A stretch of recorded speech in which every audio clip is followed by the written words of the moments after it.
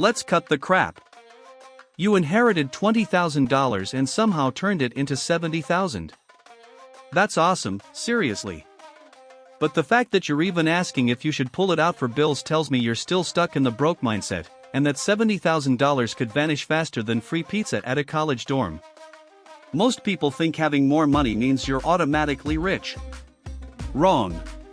Rich is a mindset, not just a bank account balance. That lucky break with your ex-boyfriend's stock advice? That's a symptom, not a solution. It's like finding a treasure map but not knowing how to read it. By the end of this video, you'll have a clear roadmap to not just manage this windfall, but actually build lasting wealth from it. We're going to cover 3 critical mindset shifts that will transform your relationship with money, starting right now. First, we'll tackle the temporary comfort trap. Then, we'll dive into the danger of external validation seeking. Finally, we'll unlock the power of delayed gratification and strategic growth. Stick around, because this isn't just about managing $70,000, it's about building a future where you never have to worry about pulling money out for bills again. Let's get into it. The biggest mistake people make with sudden money, like your $70,000, is treating it as a problem solver for current lifestyle issues, instead of a wealth builder for the future. You mentioned bills, that's the immediate siren song. It feels good to clear debt, to buy that thing you've always wanted, to finally afford that vacation. And yes, addressing urgent needs is smart. But if all of it is seen as just a temporary fix, the money disappears, and you're back where you started, maybe even worse off because you missed a golden opportunity. Think about it, you had $20,000, now you have $70,000. That's a $50,000 gain. Did your income increase? Did your spending habits fundamentally change? Probably not. If you pull $10,000 out for bills and $5,000 for a splurge, that $15,000 is gone. But what if you invested just $10,000 of that initial $20,000, and the $50,000 growth? Let's say you only managed a conservative 8% annual return. That initial $10,000 could grow to $12,166 in just 5 years. The $50,000 growth? That could become $60,832. You'd have over $73,000 from that initial investment alone, without touching the original $20,000. Instead of paying off a $5,000 credit card bill, imagine letting that $5,000 grow.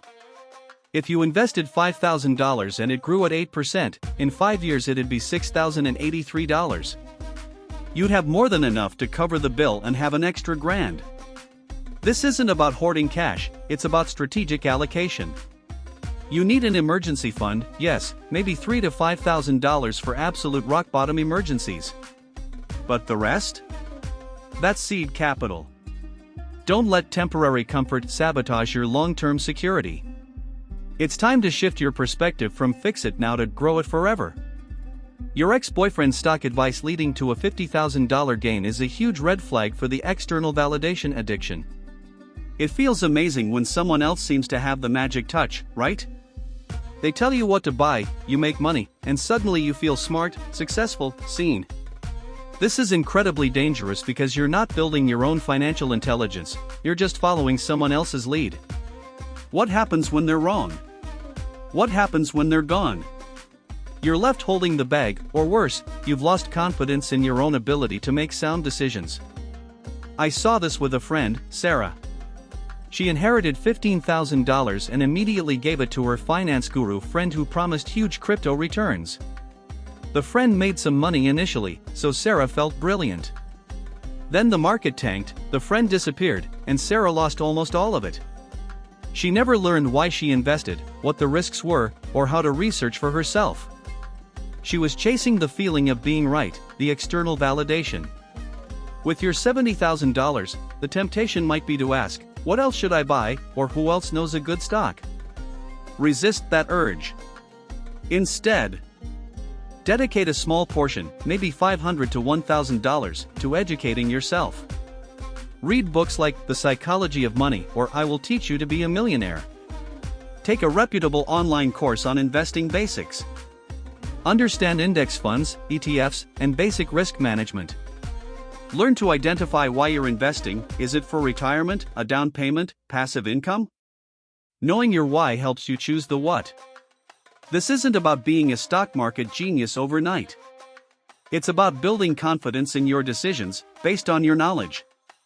That $70,000 is your opportunity to become your own financial guru, not someone else's puppet. This is the big one, the delayed gratification deficit. In our instant everything culture, we're trained to want things now. That $70,000 feels like instant freedom, instant relief. But true wealth isn't built on instant gratification, it's built on the consistent, often boring, practice of delaying pleasure for greater future rewards. Think of it like a marathon runner. They don't win by sprinting the first mile and collapsing. They win by consistently training, eating right, and pushing through discomfort for months, even years, for that finish line. Your $70,000 could be spent in a week on temporary pleasures. Or, it could be the foundation for a life where bills are a minor inconvenience, not a source of anxiety. Let's get concrete. You have $70,000. Set aside $5,000 for a solid emergency fund. That leaves $65,000. Let's say you allocate $40,000 to a diversified, low-cost index fund for long-term growth. At an average 8% return, that $40,000 could grow to over $86,000 in 10 years. That's $46,000 in pure gains, on top of your initial investment. Now, what about the remaining $25,000? Could you invest $10,000 into a high-yield savings account or CD for a down payment goal in 2 to 3 years? That could grow to $11,500. And maybe use $5,000 to start a small side hustle, something you're passionate about. If that side hustle generates an extra $500 per month, that's $6,000 a year, or $72,000 over 10 years. The remaining $10,000? That could be a buffer for unexpected opportunities or further education. So, instead of having $70,000 disappear on stuff, you could have $86,000 growing for retirement, $11,500 saved for a home, and a potentially thriving side business generating thousands annually. This isn't financial advice, but it illustrates the power of choosing the marathon runner's path over the sprinter's. It requires patience, discipline, and a belief that future you will thank present you. Are you ready to start training for your financial marathon? So, let's recap. You've got this incredible opportunity with your $70,000. First, ditch the temporary comfort trap. Instead of blowing it on immediate fixes, see it as seed money for future growth.